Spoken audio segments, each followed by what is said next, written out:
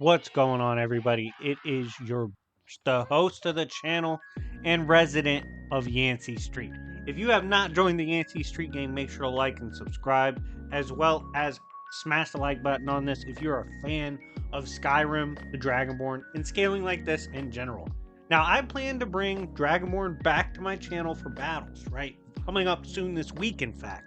And I want to briefly revisit just how broken of a character it is, because I don't think just how capable the last Dragonborn is. So without further ado, let's get into this. Now, to give a grander understanding of what the Dragonborn is capable of, we first need to go over the foundational scaling of the Elder Scrolls verse.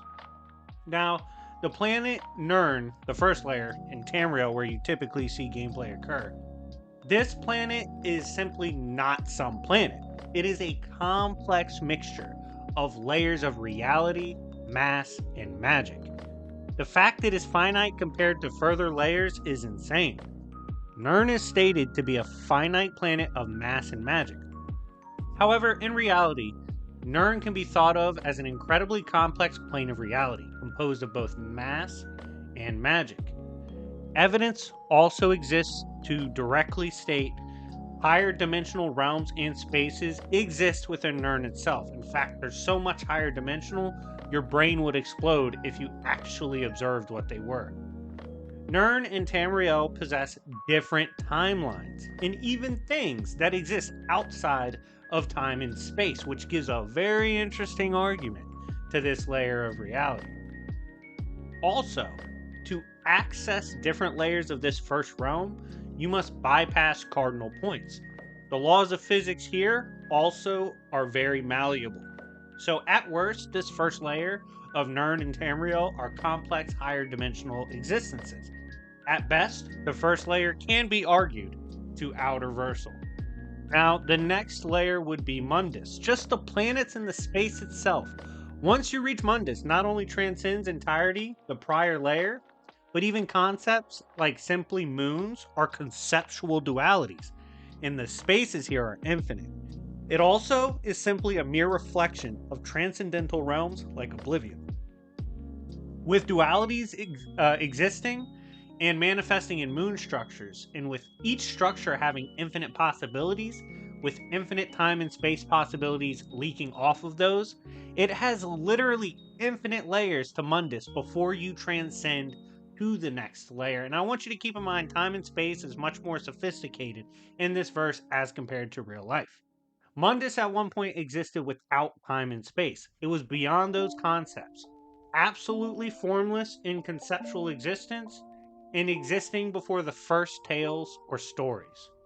With such higher references for scaling, bare minimum, Mundus is outerversal, but you can get to mid or even high outer, especially with early Mundus scaling. Now let's move on to the next layer. This is, of course, Oblivion. Oblivion transcends and contains Mundus. Mundus is simply a reflection and is finite in comparison to such a higher realm known as Oblivion. It is beyond math and contains infinite realms within its structure.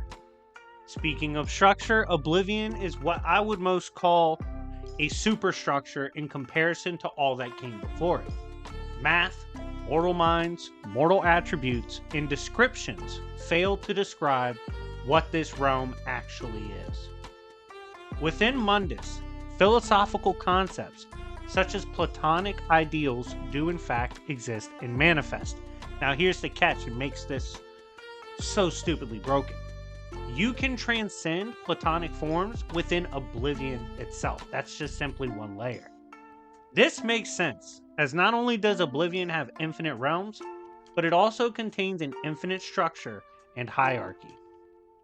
These higher beings here exist and view lower concepts and realms such as math, universes and dimensions, life and death, as merely not real in comparison to them, and simply the dreams of higher beings.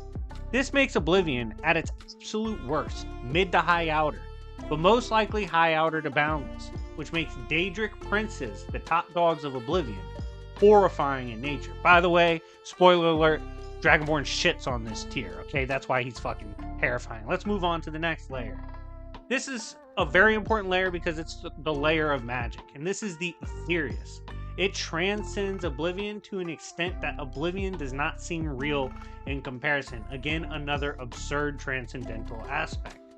Concepts associated most with power scaling, such as life, death, nothingness, something, everything, those kind of concepts, those kind of descriptors and words, they have no bearing here.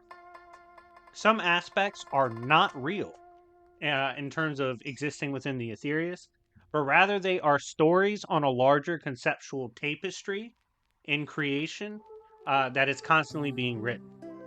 The original realm of magic in the infinite surrounding Oblivion, Aetherius is high outer to boundless, but it is not the final layer. However, I do want to note most of the best scaling for Dragonborn is around this layer. Let's talk about the layers beyond the Aetherius. All of these realms are transcended and kept in a wheel-like state, created by beings who transcend similar to the non-real transcendence. There are infinite versions of these said wheels throughout the final void. These realms outside the wheels are transcendent in comparison to the cosmology I described, beyond true language, and they are ineffable in nature. To understand conceptually all of these layers, one must achieve Chim.